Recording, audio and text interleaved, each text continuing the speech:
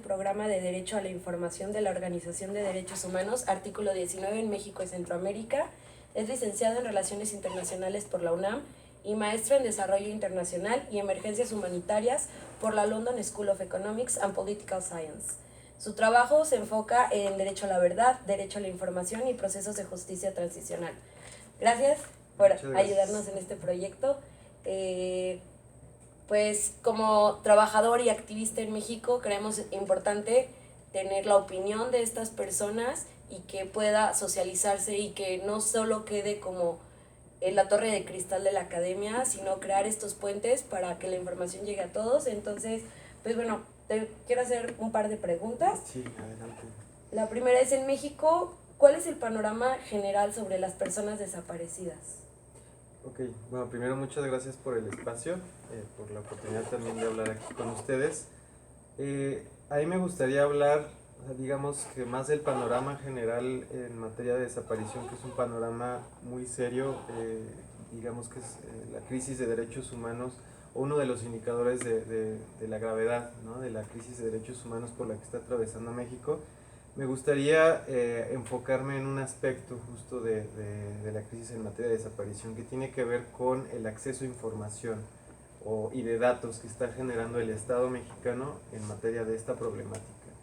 ¿No? En política pública es muy claro que debemos tener claro el panorama o el contexto para posteriormente generar una medida, una política pública que permita plantear soluciones al mismo. En el caso de México, ha habido cifras en materia de desaparición, pero desde el año pasado, desde abril de 2018, ya no tenemos una base de datos actualizada, ¿no?, en tiempo real, que se actualizaba más o menos cada mes, el REMPED, ¿no?, que es el Registro Nacional de Personas Extraviadas y Desaparecidas. Desde abril de 2018 no tenemos información al respecto, entonces no hay escrutinio público respecto a las cifras que está generando el Estado. En ese momento, las cifras en materia de desaparición las producía el Secretariado Ejecutivo del Sistema Nacional de Seguridad Pública, y después de que se crea la Ley General en materia de desaparición forzada, desaparición por particulares y el Sistema Nacional de Búsqueda, se ordena crear un registro en materia de desaparición con una metodología un poco distinta al REMPED previo. Sin embargo, este registro no se ha creado. Entonces, insisto, no tenemos claridad con respecto a la gravedad de la situación, por lo menos en el último año y medio prácticamente.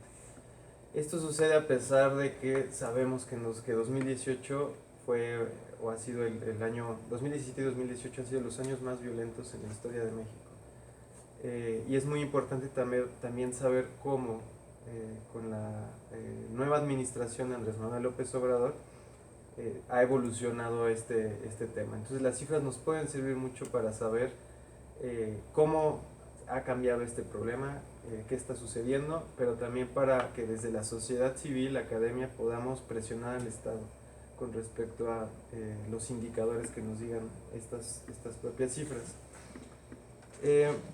Indicadores que no existen ahorita. Exacto, ¿no? Y hay otro aspecto que se suma a la gravedad. Nosotros no tenemos clara la metodología del REMPED del pasado, ¿no?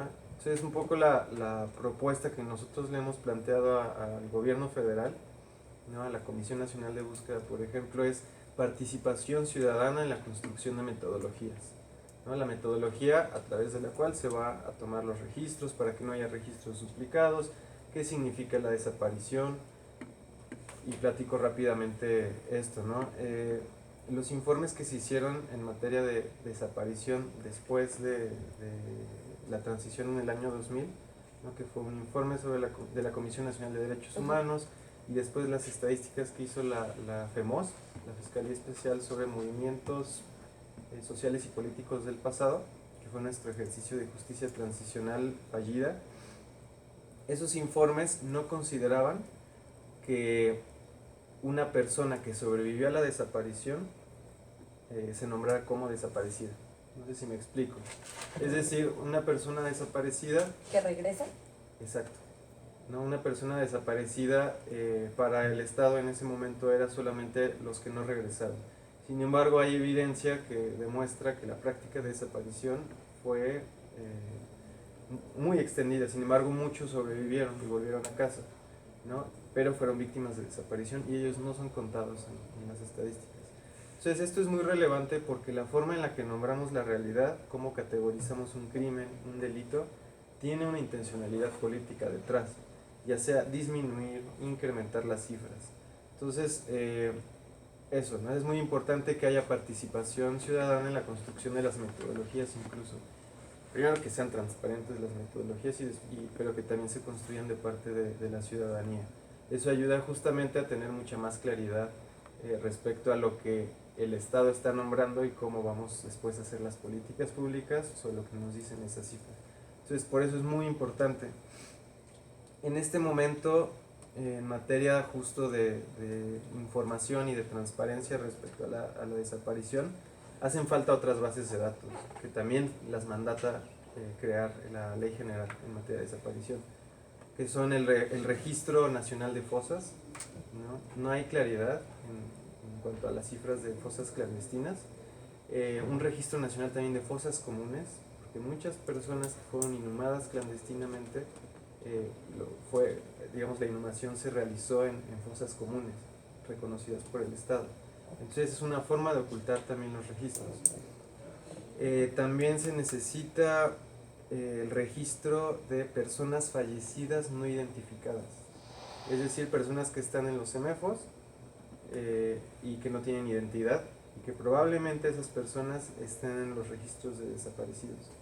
Entonces son medidas muy claras que pueden ayudar a que las familias de personas desaparecidas encuentren a sus familiares. ¿Qué más? Nosotros desde artículo 19 hemos trabajado en un litigio en materia de transparencia, acceso a la información sobre estadísticas de fosas clandestinas, que para esto la Ley General de Transparencia indica que toda estadística vinculada a las facultades de una institución debe ser pública. No te pueden reservar información vinculada a estadísticas. Entonces, en ese sentido hicimos un litigio en el que supimos una serie de datos, obtuvimos información durante 4 años, imagínate, 4 años de litigio, a través de los cuales pudimos obtener información respecto a las fosas de las que tiene conocimiento PGR. Sin embargo, un estudio que hicimos con la Ibero y con la Comisión Mexicana de Promoción y Defensa de Derechos Humanos, alcanzamos a evidenciar que la PGR entrega información distinta a solicitantes distintos. Entonces es muy grave esto, sí, y es una violación al derecho a la información, ¿no? De manera muy concreta. Claro, además, esas personas siempre son hijos, esposos, esposas, hijas, amigas de alguien. Exacto. Y, o sea, que jueguen de esa manera. Y es algo que señalamos en este informe, que una persona que, digamos, cualquier cambio en una cifra, es desaparecer a 10, 15, 20 personas del registro, es una doble desaparición al final. O sea, la desaparición física y la desaparición documental, por decirlo de alguna manera. Y entonces, en esta situación en donde pues, es raquítico el sistema, ¿cuál crees que tú deberías ser el curso de acción que se tiene que tomar para empezar a desentrañar o a empezar a resolver este problema de pues, esta crisis de derechos humanos? Pues en concreto, en materia de transparencia en específico, esta postura, ¿no?, de participación ciudadana en la construcción de los registros, de las metodologías, de las políticas públicas, y en un sentido un poco más amplio, digamos ya de la problemática, en un plano mucho más general, un grupo de organizaciones de la sociedad civil como la Comisión Mexicana, como Artículo 19, el Instituto, el IMDH, ¿no?, y otras organizaciones varias, hemos tratado de impulsar que la nueva administración haga una invitación a crear un mecanismo internacional contra la impunidad. No, ese mecanismo internacional contra la impunidad, la intención es que sirva para apoyar a los ministerios públicos nacionales. Entonces, digamos que en mecanismos de justicia transicional o de combate a la impunidad, ya con componente internacional, uno de los grandes problemas es que no se tienen facultades de investigación, ¿no? Eso fue lo que pasó, por ejemplo, con el GIEI, ¿no?, en el caso Ayotzinapa. ¿no? El GIEI tenía facultades, digamos, de crear un informe, etcétera, pero no podía hacer investigación de manera formal para procedimientos penales. Entonces, el sentido de crear un mecanismo de investigación dota de legitimidad al Ministerio Público Federal, ¿no? En este caso sería la Fiscalía General de la República, y por otro lado, o sea, le da legitimidad y además le ayuda en facultades de investigación. Entonces, en ese sentido, es una medida que ha tenido mucho éxito en otros países. Algo similar que se ha hecho son tribunales especiales, ¿no? Derivados de distintos conflictos, o el más cercano que tenemos es la comisión, la CICIG, ¿no? La Comisión Internacional en contra de la Impunidad en Guatemala.